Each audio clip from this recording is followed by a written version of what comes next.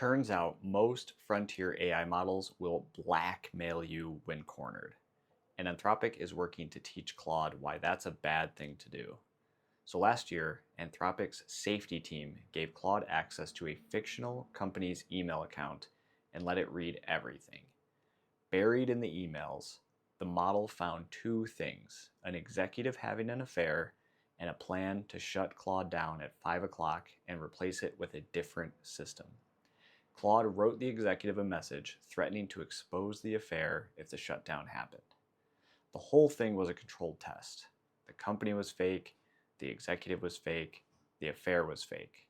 The point was to find out how Claude would behave when cornered, before that could ever happen for real.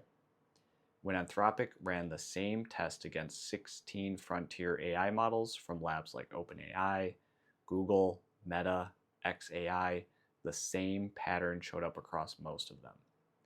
But this week, Anthropic published what they did about it.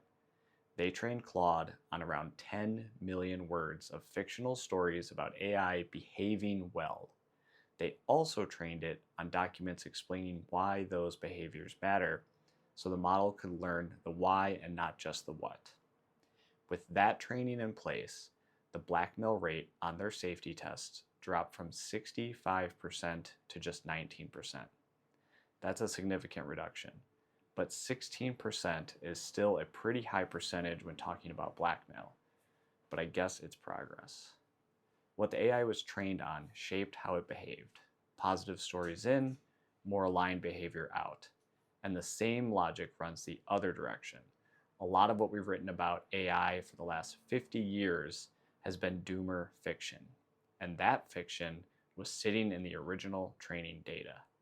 The same lever Anthropic just used to make Claude safer could, in principle, be pulled the other way by someone with access to the training pipeline.